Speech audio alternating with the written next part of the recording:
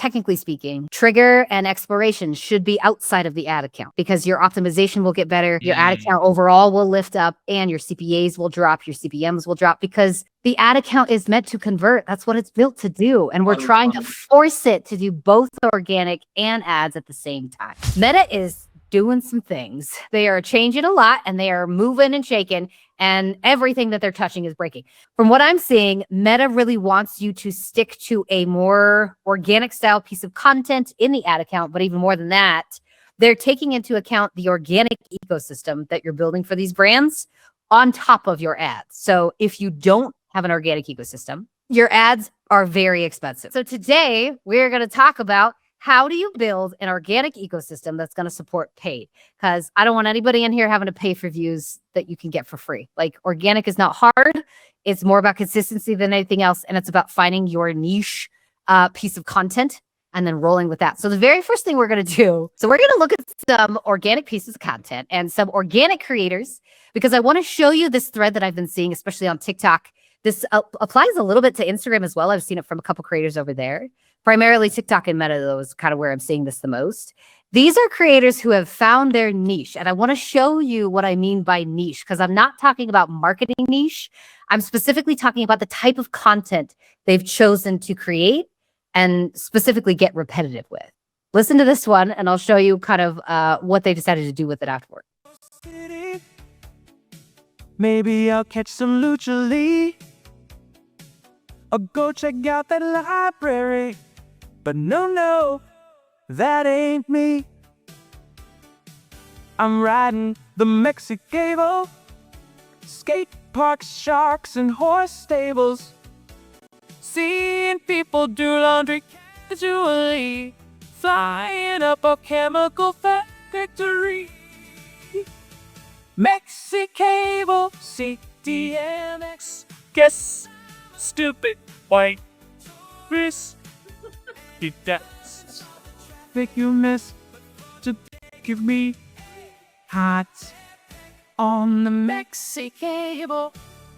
Okay, the entirety of all of his content is this. This guy is super fascinating. And the reason I pinned this to begin with is just because that he took an interesting thing that a lot of people make a content about, which is tourism. He's literally just visiting Mexico City.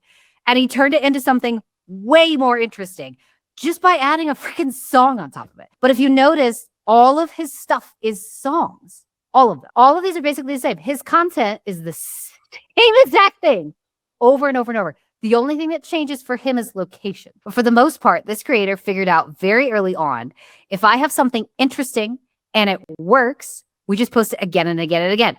Very similar to how we do iterations in the ad account. The only difference is it works a lot better in organic than it does in the ad account. Second example is a little bit bigger creator, but I want you to notice what his content niche is, right?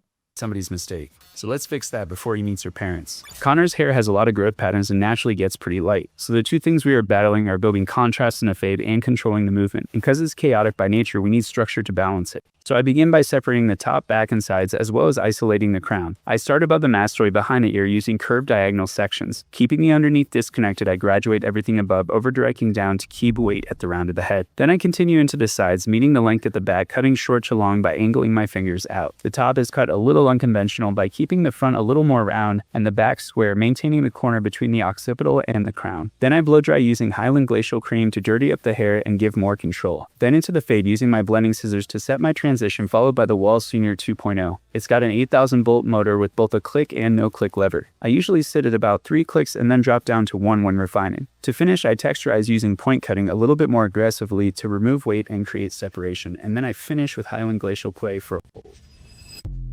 Very professional looking, honestly. It kind of looks like somebody did some really good editing on this. All of his content is that. Now, if you noticed, his clips move crazy fast, like way faster than the other creators. This guy over here, all of his stuff was kind of slow, and he was just showing one clip at a time, about to 2 to 3 second clip structure.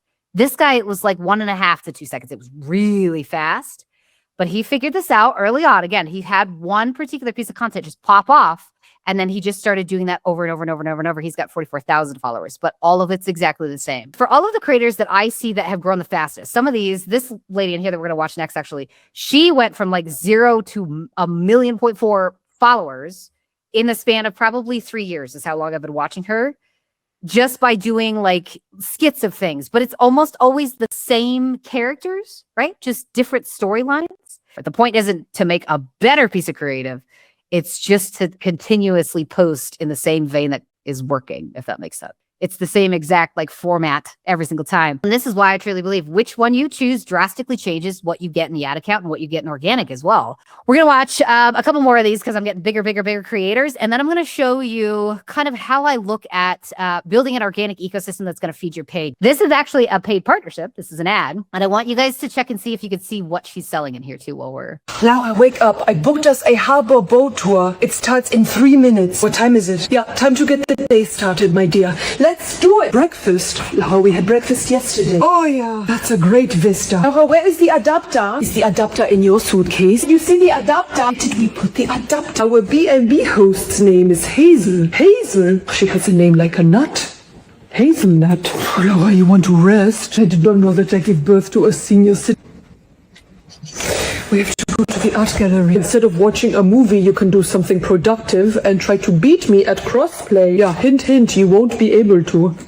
Oh, you don't have New York Times games. What are you doing with your life? Do you have the adapter? We are relaxing. Oh, I have to say that the person who likes licorice the most in this family, yeah, is me. I'm going to take a shower. Oh, Laura. What? Nobody is looking. Nobody can see. Oh, Laura. Okay, Laura, I am challenging you to a game.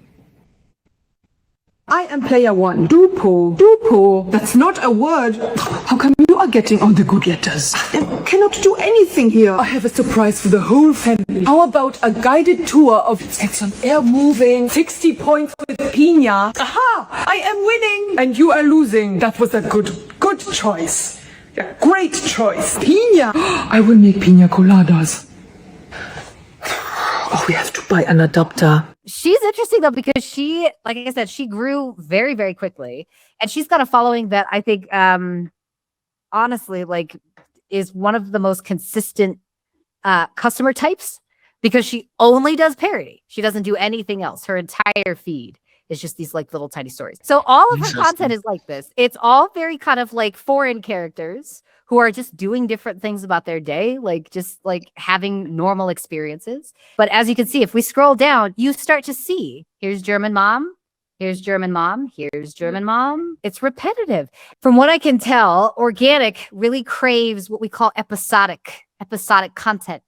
People like it when they know what to predict from you. The brands have a very difficult time with this because we're not predictable. Like, the brands will basically do whatever it takes to get somebody to buy from us in the ad account. So a lot of our stuff starts blending. It looks almost exactly the same as everybody else's because we notice a trend.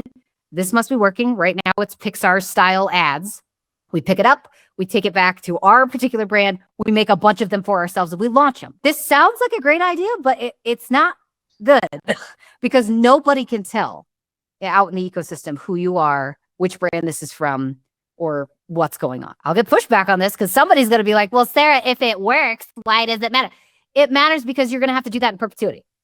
You're never going to create demand. You're only going to be able to capture it based upon whatever the market has decided is trending, which is fine as long as you want to spend a lot of money to capture attention. Or you could do what the organic creators are doing, which is you just create good content that brings people in and then capture it with ads that are just really well suited to that customer type. Do you think that there's a different approach to take depending on the size of the brand? I would, yes. Yeah, it always depends. It depends on the size of the brand, and it also depends on like the maturity level. If you're in startup mode, the best thing I could tell you to do is go get an organic like ecosystem built for yourself, because you can drive a lot more off of that than you can in an ad account, which is a couple $1,000s a month.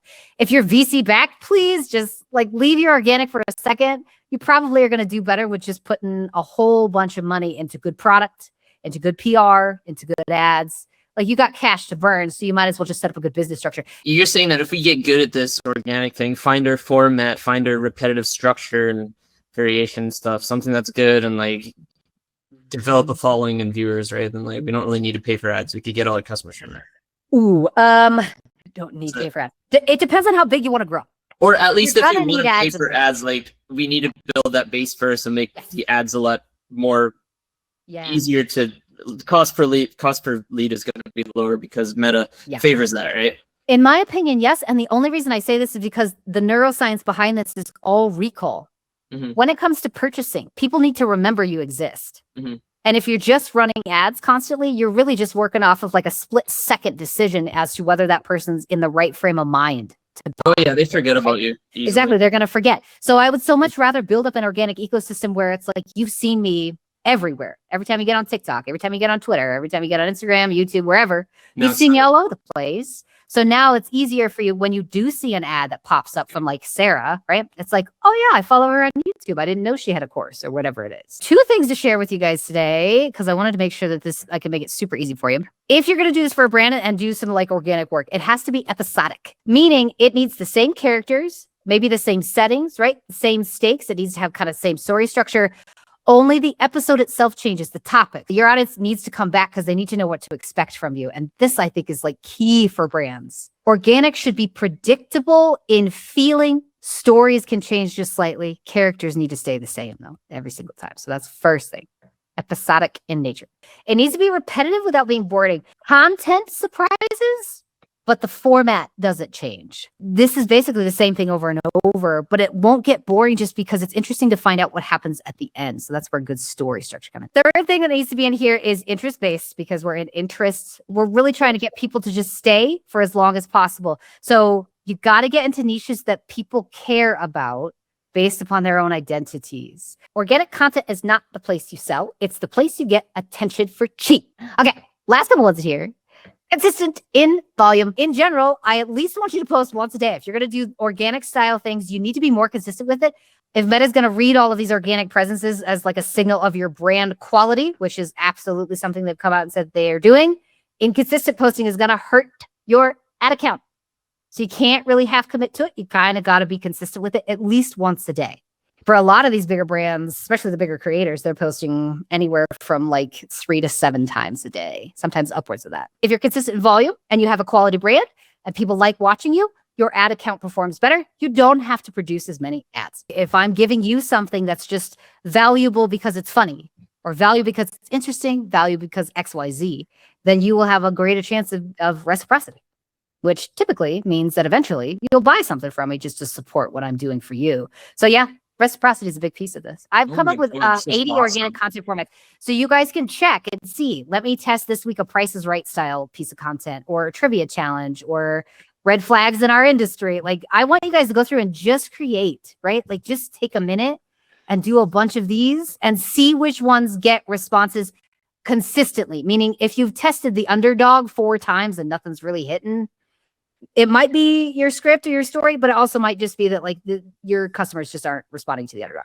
But they might love, I don't know, what's another one interesting? Like Ask the Experts, right? Like street interviews. I built an entire system in Notion. If you guys want to track this from week to week to week, this is stuff that's already working on TikTok.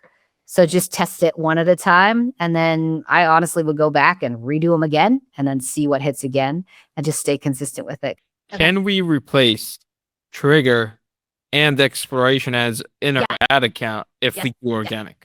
Yes. This is that was the second thing that we were going to talk about, is like, technically speaking, trigger and exploration should be outside of the ad account, because your optimization will get better, your ad account overall will lift up, and your CPAs will drop, your CPMs will drop, because the ad account is meant to convert. That's what it's built to do. And we're trying to force it to do both organic and ads at the same time. What you just saw is a conversation between myself, an 8-figure founder, a media buyer, and a creative strategist, while we worked to kind of uncover some of the creative challenges that they are facing. And we do live calls like this every single week inside the Tether Lab, which is my school community. Once you join, you're going to get access to all of my trainings. You're going to get the knowledge behind 6 years and 150 plus brand consultations that I've done. And you're also going to get one-on-one support from me. So if you want to go learn more, you can go to school.com/tether-lab, or you can click the link in the description.